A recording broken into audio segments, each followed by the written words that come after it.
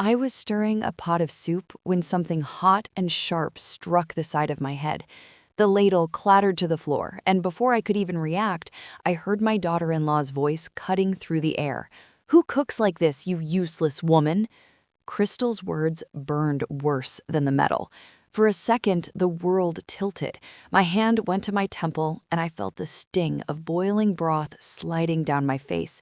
In the living room, my son, Andrew, didn't move. He didn't come running. He just reached for the remote and turned up the television volume. I stood there, shaking, staring at the flickering screen that drowned out my pain. 5 minutes later, my body gave in. The crash of metal pots echoed through the kitchen as I fell to the floor. "Mom, what did you do?" Andrew whispered, frozen at the doorway. Not, "Are you okay?" Not, "What happened?" Just blame. Lying on the cold tiles, surrounded by soup and shattered dishes, I felt something break deep inside me, something that would never quite heal again. But what neither of them knew in that moment was that I still had one last card to play. A card my late husband had left me, hidden away like a secret, one that would change everything. And this time, I wouldn't be the one left on the floor. My name is Mary Whitfield. I am 70 years old, and until a year ago, I believed family was the one thing you could always trust. When my husband, Mark, passed away from a sudden heart attack, I thought my life had simply ended alongside his. We had been married for 45 years. He was my home, my anchor, the quiet rhythm of my everyday. After the funeral, the house we'd built together felt too big, too silent. The ticking of the clock became unbearable. That's when Andrew called. "Mom, you can't live alone anymore," he said, his voice warm with concern. I wanted to believe him. I wanted to believe I still mattered. So I sold the only house I'd ever known and moved across the state to live with Andrew and his wife, Crystal. Their home was beautiful, gleaming hardwood floors, white marble counters, everything in perfect order. Crystal greeted me with a practiced smile.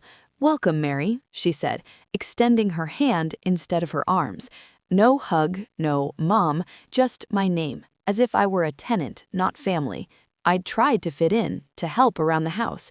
Every morning I brewed fresh coffee, cooked breakfast, and left little notes wishing them a good day. Andrew barely looked up from his phone when he mumbled, "Thanks, Mom." Crystal would glide in later, her hair flawless, her robe expensive, and her tone sharp.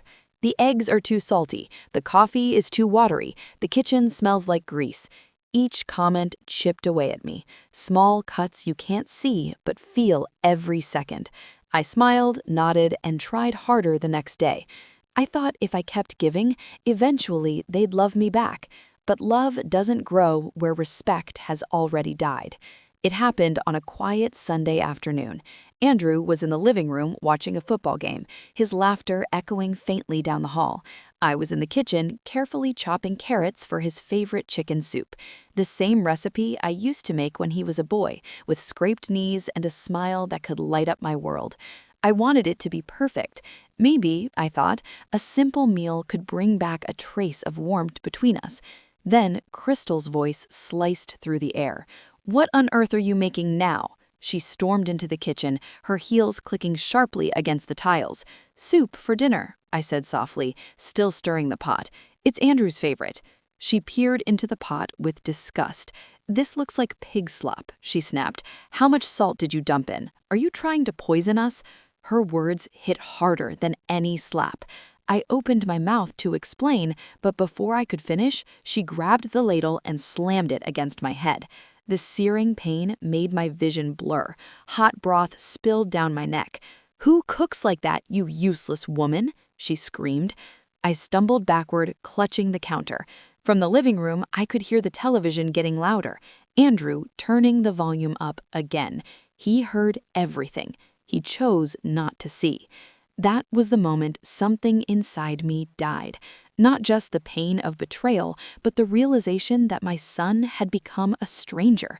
Crystal stood there, arms crossed, waiting for me to apologize for what? Existing. I looked at her, then at the door where Andrew sat, pretending nothing was happening, and I knew whatever was left of my dignity, I would have to save it myself. That night, Crystal gave Andrew an ultimatum. "It's her or me," she said, her voice steady and cruel. Andrew didn't even hesitate. He sighed, rubbed his forehead, and said the words that cracked my world open. "Mom, maybe it's better if you find another place. You need your independence." Independence? That's what he called it, throwing his mother out after she'd been hit and humiliated in her own kitchen. The next morning, he handed me $200 in cash, "just until you get settled." He mumbled, eyes avoiding mine. I didn't say a word. There was nothing left to say. The taxi pulled up in front of their perfect white house. I loaded my 2 old suitcases and climbed in. As we drove away, I looked out the window, half expecting Andrew to run after me. He didn't. The only sound was the faint echo of the television playing inside. The motel I found was cheap, with buzzing lights and carpets that smelled of mildew. $30 a night. I did the math in my head, less than a week before I ran out of money. I sat on the edge of the bed, staring at the peeling wallpaper, wondering how a lifetime of love and sacrifice could end in a room like this. Days passed. I stopped counting them. When the money was gone, the manager knocked on my door. "Time's up, ma'am. You need to leave." His tone was polite, practiced, indifferent. I packed what little I had and stepped out into the world with nowhere to go. I walked until my feet blistered, dragging my suitcase through crowded streets until I found a park. That night, I slept on a bench under the stars. It was cold and the ground was hard, but the thing that hurt most wasn't my body. It was knowing my son was sleeping warm just a few miles away. A homeless man shuffled towards me, holding a piece of bread. "Here, Grandma," he said softly. "You'll need this more than me." I took it with trembling hands and whispered, "Thank you." It was the first kindness I had felt in months, and it came from a stranger. On my 5th night sleeping in the park, I decided to go through my old suitcase one last time. Most of it was useless: faded clothes, old photos, things that no longer belonged to the life I had lost. But at the very bottom, tucked between 2 sweaters, I found an envelope. My name was written on it in familiar handwriting, Mark's handwriting. My heart stopped, hands trembling, and I opened it. Inside was a letter and a stack of documents. The letter began simply, "My dearest Mary, if you're reading this, it means I'm no longer with you." I felt tears sting my eyes. He'd written it before his heart attack, his final words to me. "I always worried about what would happen to you if I were gone. That's why I made sure you would be taken care of. For the past 30 years, I invested in properties, one by one, in your name. If you ever need help, contact my lawyer, Robert Hayes. He has the original documents. Mary, you are stronger than you think. If life ever hurts you, promise me you'll stand tall and fight back."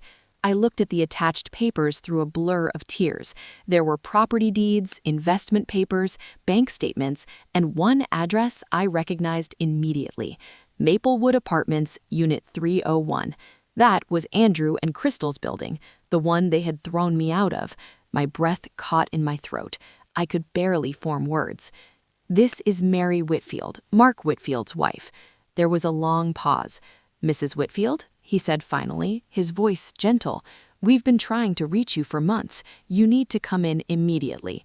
For the first time in months, I stood tall. For the first time in months, I had somewhere to go. Robert Hayes sent a black car to pick me up from the park. When I arrived at his office, people stared, their eyes caught between pity and confusion. I looked like someone who didn't belong in a building made of glass and marble, but that was about to change. Robert was kind, professional, and surprisingly warm. He explained everything carefully, spreading the documents across his desk. "Your husband left you 13 properties, Mrs. Whitfield," he said. "Several apartment buildings, some commercial spaces, plus investments and savings. In total, your estate is worth over $10 million. $10 million? I couldn't breathe. I felt no satisfaction, only a deep, cold sense of justice. Crystal blamed Andrew for everything. Their fights became constant, public. The building manager said neighbors heard shouting at all hours, accusations, slammed doors, broken glass. It was as if their perfect life had started to crack from the inside. 2 months later, Robert walked into my hotel lounge with a serious look. "Andrew hasn't paid rent in 60 days, he said. "We're within our rights to file for eviction." "Do it," I said. My voice didn't shake. The process moved fast. Legal notices, court filings, paperwork signed under the name Westbridge Holdings. Every step by the book. It wasn't revenge, it was law. When the court date arrived, Robert stood before the judge on my behalf. Andrew's lawyer argued for leniency, saying the increase had been too sudden, but the documents were clear. Every letter, every notice, legally correct. The ruling came quickly. Tenant must vacate the property within 10 days, the judge declared. Crystal exploded in fury, shouting about unfair treatment, about heartless landlords. Andrew just stood there, hollow, silent, eyes empty. From the back of the courtroom where no one recognized me, I watched the scene unfold.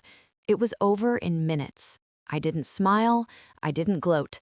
I just whispered to myself, justice doesn't always roar. Sometimes it's silent and final. A few days after the ruling, Robert called. "Your son requested a meeting," he said. "He insists he needs to speak with the building's owner in person." I stayed silent for a long moment. "Tell him to come tomorrow at 3, I finally said. "He'll meet me here, in your office." That night, I barely slept. I stood in front of the mirror, rehearsing the words I might say. I didn't want to be cruel, but I needed to be strong. When Andrew arrived the next day, he looked nothing like the confident man who once ignored me in his living room. He had dark circles under his eyes, his shoulders slumped, and his clothes were wrinkled. He froze when he saw me sitting behind Robert's desk. "Mom," he whispered, disbelief written all over his face. I gestured toward the chair opposite mine. "Sit down, Andrew." He sat slowly, confusion clouding his features. "I don't understand," he stammered. "Why are you here? Why are you dressed like that?" I looked him straight in the eyes. "Because I am West Brambridge Holdings," I said evenly. His mouth fell open. "What?" "The building you live in, the one you're being evicted from, it's mine. It always was." He blinked as if I had struck him. "Dad never said." "Your father left everything to me," I interrupted. "He trusted I'd know what to do when the time came." Andrew covered his face with both hands. "Oh my God, I kicked you out of your own building." I didn't answer. The silence was heavy enough. Finally, he whispered, "Mom, I'm sorry I was weak. I let Crystal treat you horribly. I didn't stop her because it was easier to keep the peace than stand up for you." My eyes burned, but I didn't let the tears fall. "And now?" I asked. "Do you feel sorry because of what you did, or because you finally lost everything?" He looked up, ashamed. "Both," he admitted. "I don't even know who I am anymore." I stood, smoothing the crease of my jacket.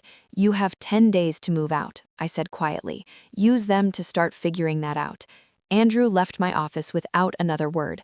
For a moment, I just stood there, staring at the empty chair where my son had sat, wondering how love could turn into something so fragile.